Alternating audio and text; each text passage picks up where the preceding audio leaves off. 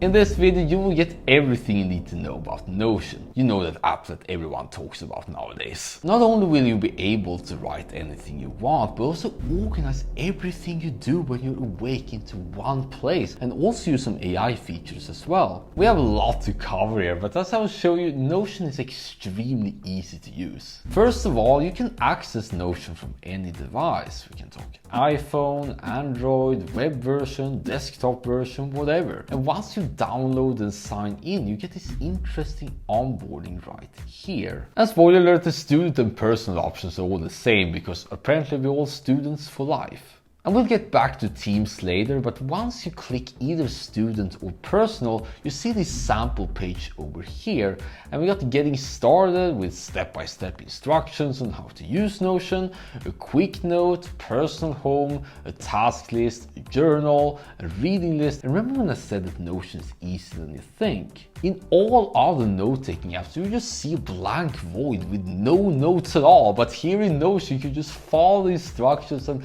know exactly what you can do with it, and also use those notes. So perfectly prepared, and you can just rename them and continue using them without creating new ones.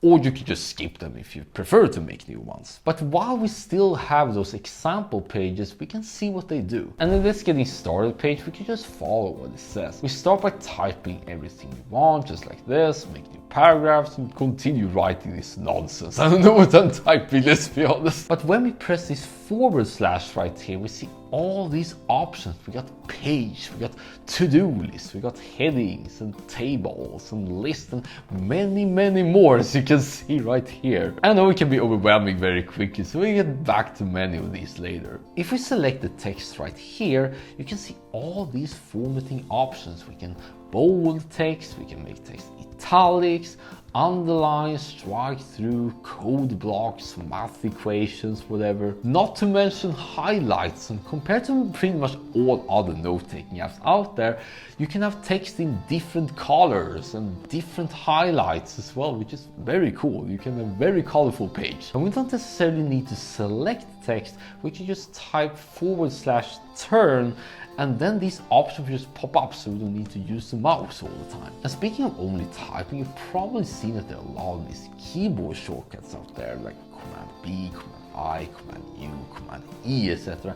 And because there are so many, I'll actually leave a link in the description to their official shortcut page, which you can have open when you try out Notion. And that's how I personally learned Notion back in 3 years ago. And I recommend that whenever you do something again and again, ask if there's a shortcut for it, and you become so much faster at using Notion every day. But now we're told that we can simply drag our text up and down, which is quite convenient, I should say. No need to copy and paste, and that's because Notion is fundamentally built on blocks. Think of them as Lego blocks, which you can do anything with. And if I press enter, it becomes a new block, but if I press shift enter for some reason, it's still a new paragraph, but it's within the same block. So that's the difference, I guess. But wait, there is more. Through this drop down menu, we get these fancy options, and if you select toggle headings instead of normal headings, you can fold the entire text below if you want. And I can tell you from creating these long videos that this option is a game changer to not be overwhelmed and procrastinate when it comes to dealing with this huge amount of information. You can even create a table of contents, so you can easily navigate through these headings too.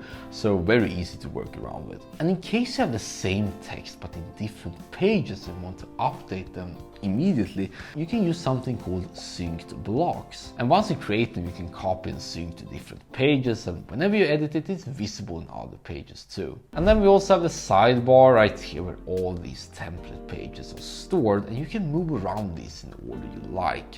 We can apparently add a new page or note, which you call it. Page and note is the same here, by pressing either here or here, and it will show up at the bottom. There's also these toggles, but there are pages within pages, and if you press one of these main pages, there are some extra information here. So compared to many other note-taking apps, Notion has this distinct hierarchy with pages, nested pages, nested within nested pages, etc. So it feels more like an actual website rather than a classic note-taking app or notebook, which we'll get back to later, by the way, one of the coolest features of Notion. But there's also more things we can do in this sidebar. We can search for different pages, and while it might seem slow, it searches actually very well within the notes. We can even find the most recently viewed pages here. So if I want to go back, let's say to this getting started page again, I can do so easily here, so navigation is not an issue. And aside from search, we got updates, settings and members, team spaces, all that, because Notion is collaboration from day one, something we definitely get back to. And if you right click certain pages, we can favorite them, or either click this button here too when we are in that page to have them more top of mind. At the bottom, aside from trash and import, not necessarily trashy import, we got the templates. And if you continue to follow these instructions here, we can see that in this template menu, there are many pre-built pages for many different situations. We got pages for students, general stuff, meetings, sprints, design, engineering, marketing, HR, sales, support, everything, plus a button more from the community. So there's a community too for some reason. So you can just use those templates without needing to build your own, which is probably why Notion is so popular. So now we're done with this getting started page, and we have the rest of them here. And in this quick note right here, we can write, make to-dos by either /to-do or pressing the 2 square brackets. And by pressing / again and add pages, we can add another page and nest them as I show you here in the sidebar. And here we can also embed things by just pasting the link and embed right here. It's very smooth. And we can also embed many kinds of different things and files just by scrolling here in this / menu, you know, where everything resides in Notion. Speaking of links, did you know that Notion is just as capable of this internal linking as other apps like, for instance, Roam, Obsidian and Mem? An easy way just to copy the URL to the page and just paste it and choose link to page. But the proper way is to just press 2 square brackets after another and then type whatever note pops up, or create one if there is such a note. And when we go into this linked page, you can have this backlink over here, so we can go back and forth and back and forth. So seller custom within Notion is also possible. But this page right here is an example of a dashboard where everything resides. Here is our home, where we can have everything connected. And we see these sub pages again, which you can go in and come back, but there's also different columns. And if you want to recreate that page, we enter a page, a title, some text, and we can already choose between 2 and 5 straight from the get-go. But we can also technically add in more columns by just dragging blocks here to the right. And we can also add an icon and an image by clicking icon and an image. Choose what we like. Very intuitive again. Notion is doing good. And now we got this personal dashboard over here. And we can also choose whether we want our dashboard to take up this entire space, or if you simply want it to be readable with reasonable margins and so. Oh, my timer just went off by the phone, and I turn on multiple timers, by the way, just to keep track of things. And while we have the phone, we can see how Notion looks like on this phone. And it pretty much looks the same, with the sidebar being in the main menu. We can open pages, search them right here, type stuff within those pages, and see all these different formatting options in this menu. And the biggest difference though is you cannot use /, but instead you got this plus icon over here where you can scroll through all these different options there, which honestly is a much better solution for the phone. And other than that, Notion is really not much different, so that's a big strength. And now I got interrupted again, and I just got a reminder, but okay, this is actually an important one. So if you like this video so far, feel free to subscribe for even more in-depth videos about note-taking apps and similar. And you might have noticed that my Notion is all dark, because honestly, I just cannot believe how anyone would be willing to use Notion instead of light mode. So if you're like me and don't like light mode at all, you can click on these settings, my notifications and settings, and then dark mode, and now it's much better. And then if you check the remaining pages, we have task list, journal, reading list, etc. You can see that all of them have something in common, which is a database in the middle. And it was Notion is most known for when we head to next. And there are many different levels. We will talk beginner, intermediate, advanced, and even more advanced. I like to think of databases as a group of pages where you can keep track of all of them at once and tell multiple things about it.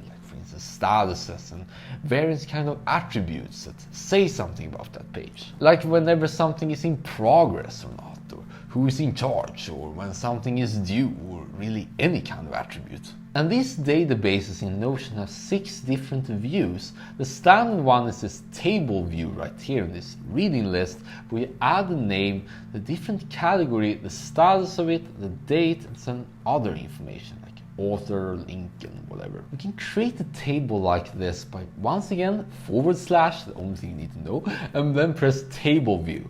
And then we can name our database and we can start to add stuff. Say for instance different cat breeds, because I really like cats. And then we can click this button down there and create new rows. Just press enter. You're just building out the table. But you can also create normal tables and even convert them to table databases later, so that's also an option. If you hover the mouse on each page, we get this open button. We can open that. It has now been opened to the right, and we can click it once again to have it in full screen if you want it, but it's more practical to keep it in side peek. And if you wanted to either center or full screen, you can change the option right here too. And compared to other pages, you also have these rows above, which sort of correspond to these other columns. And if I change status or edit something, it'll be reflected back when I go back to the entire database again. So that was the beginner part, but the more intermediate is that you can change to the other 5 different views. The most popular one is a board view, where you can see it as a Kanban board. You have this very impressive and well-known Kanban view here, and then you can just drag these different cards around. And to give you a little bit of a personal look, here's my database where I saw the videos of preparation to ready to then finish. It's quite a lot of finished videos, but there's a solution which I'll show you later. If we go back to the reading list once again, we don't necessarily need to only sort them by status. We can add another view here and group them by score, and switch back and forth. So you don't need to be locked into one of those views. You can simply change them whatever you like.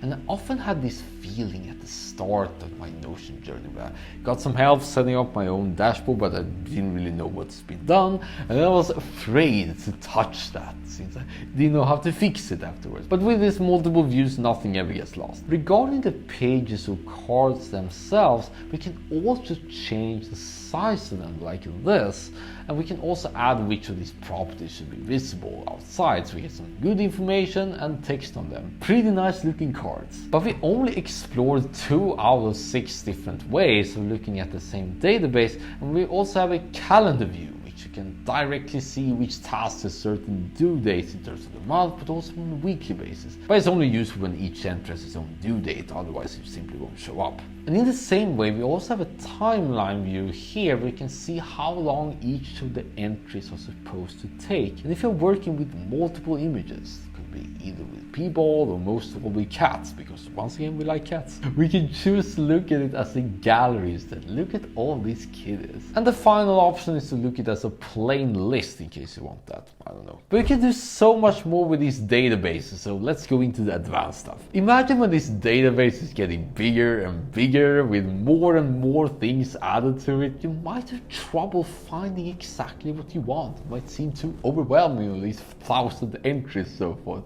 And that is where filter, sort, search, and even grouping comes in. You can click this filter button over here and select which column you want to specifically filter, and depending on what property you selected, it's going to look a little bit different. And for the status property right here, you can check off which status you want to see, and then only the rows which have those statuses are visible. And that's exactly what I did when I used Notion for videos. I did not want to see a lot of finished videos, so I simply put a filter where I did not check the finished status. So whenever I had finished a video, when I've gone from prep to ready, and then when I was going from ready to finish, it simply disappeared. And also whenever I created new rows, because I had prep at the top of it, these new rows has status prep automatically, so it's kind of a forcing function. I don't manually need to do this. And for data stuff, you select on this calendar right here, and for name you just type it out if there are some cells that has the same name, or at least a little bit of the same name. And if you want to be really specific with your filters, you can add an advanced filter where you can select the property in this menu, and then another one, this option like contain and does not contain, etc. And then type whatever you want to filter by. And after that, add more and more rules. You can combine certain queries or make them optional with operators like and or, so it can be very precise here. And these filters become especially useful when you're using the same database but have it in different pages, also called linked databases. You can either create a linked database by copying the URL of the database and paste it in another row, or type /database, or just click database when it shows up and select one existing one. And now you can create different filters for each view of the database itself. Like in my YouTube video example, I can have a page where all these ones are prepped, and then make another page where all these ones are ready, and a more archive style view where I can see the ones already finished without need to change filters all of a sudden, because I can simply change those pages. So that was filters, but if you just want to sort everything you have into a certain column, it could be alphabetically or by number, you click the sort button here, and then you can click either ascending or descending, and here you go. This is one of the more simpler options. And if you want to be really practical and don't want to create tons of filters and sorts and so forth, you could just click this looking glass and then type whatever you want, and just like the search on the sidebar, you can find your notes there too. But I would be remiss if I did not mention groups and sub-items, which are quite new actually in the history of Notion. And if you go back to my old board here, we can select group from this 3-dot menu, group them by, for instance, status, and now it seems like we got 3 different databases, kind of like these 3 pages which I initially showed you. And we can also create sub-items. Let's say if you're making a task manager, you want subtasks, you can click in this same 3-dot menu and give both a sub-item, a parent item, a name, let's say subtask and main task, and now we have these toggles over here for each of the rows, and it can be very useful to do this if you prefer to work that way. And now we get into even more advanced stuff, because we have relations, roll-ups, and formulas. Let's say we have 2 databases, one called tasks and one called projects. We got some example tasks, some example projects, but we want to see which task is connected to which project.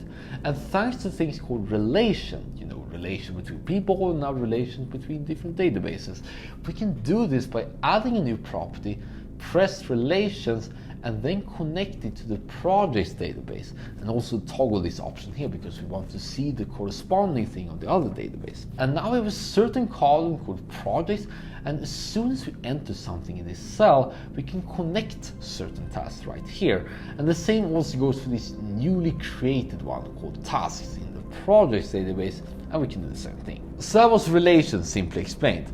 But now on top of this, we can add something called a roll-up, and this is essentially something that describe, or more likely calculate, that relation column. Let's say in this project column there are 2 tasks related to it, and what I can do is I can create a roll-up, select the relation, which in our case is tasks, then another property, let's call it status here, and finally calculate. And we can see in real time how many subtasks each project has. We can see the actual number. We can also see other stuff, like for instance, how many tasks are not started, or in project, see them as percentages.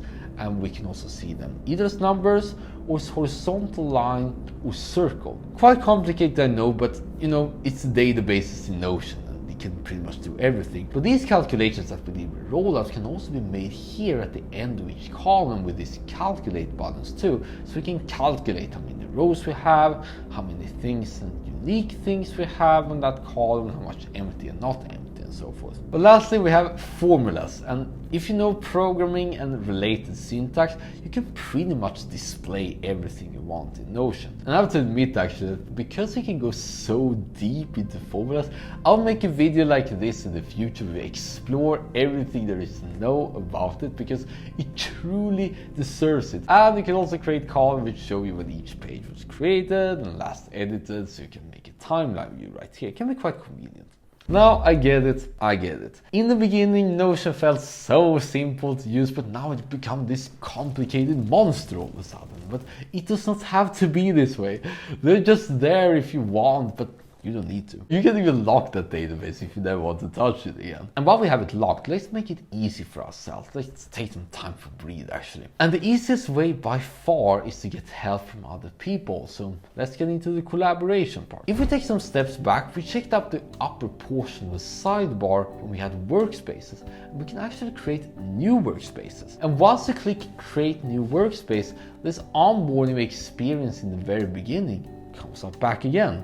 But this time we'll now go through the team one. And right here we got new sample pages like projects, wiki, and also add new members, either through sending the link right here or adding certain email addresses, either as members or groups if you're on the paid plan. And these members can then create and edit pages but not touch the settings at all or invite other members, so you still have some control here. And if you're not on the paid plan, you can invite people, guests rather, per page, and that also includes all the sub pages in the page. And all these people are now your guests, and they can only see the pages that you grant them, and you can decide if your guests can edit stuff, how much they can access to all your dashboards, pages, databases and so forth, or if you just view or comment. And whenever they edit, you can see these icons over here and even have some light-hearted conversations. In case you're doing it a lot while you're not working or even in Notion, you can always be caught up in this update menu right here. But here's the best part: you can publish pages to the web that anyone can access and view for free. Think of all the websites and all the resumes and portfolios that you're able to build without worry about web hosts and SSLs and whatever that means. And this will be very useful for the next thing we'll talk about, which is very central to Notion, and you probably heard a lot of it by now. I'm of course talking about templates. And when it comes to templates, there are three types actually. The one and only button for some reason, database templates, and those Notion templates that people either give away for free or try to sell you for quite many dollars sometimes. First, with this one and only button, we can click in this menu that pops up and add various stuff like checklists, writing prompts, etc. And we can also add certain pages to a database, show a confirmation for safety, and also open other pages. And if I then press the one and only button, everything I just put in just executes and all happens. So there is some god level power right here. And then we also have templates for a specific database where you can create pages which have some kind of a checklist or some other useful text or prompts, etc. And if we unlock a database again, which we sort of rage quit previously, you can see that there is this drop down menu and this blue new button. And from there you can create a template which shows up at the page where you can type anything you want and then go back. And now when you click that drop down button, you can see that template as an option which you can then use again and again. But even with just some buttons, let's go about the real templates that people seem to obsess over these days. An official way is to go into the template gallery at Notion's own page and then browse which one sounds the most appealing to you. And once you get access either through free or paid version, you can duplicate these pages to your Notion and it's all good from there. You can just use whatever they offered for you. But of course you can check out other sites and download from there. And in this Notion community page, you can also submit your own template. This is all possible thanks to the publish feature we explored earlier, but you have to allow the people that visit the page, of course, to duplicate it as a template. And by typing this form, this official form with your name, contact information, language, link of your page, of course, some description about it, the price, and provided it meets Notion guidelines, you can find your template here in Notion's gallery, or just sell it elsewhere. That works too.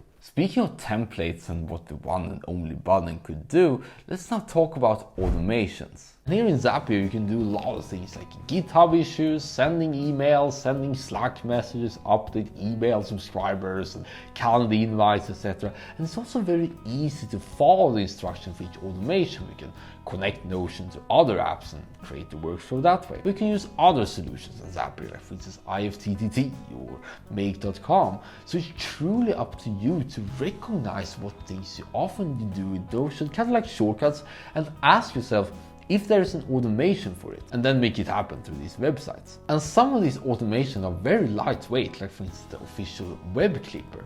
And whenever you browse anything on the web, you can have this Chrome extension to simply save that page to Notion. And there's also an alternative called Save to Notion, which you can do more things with, like for instance to save other kinds of data on the pages. But if you're trying to automate stuff and need a thing called Notion API, you can find in the link in the description.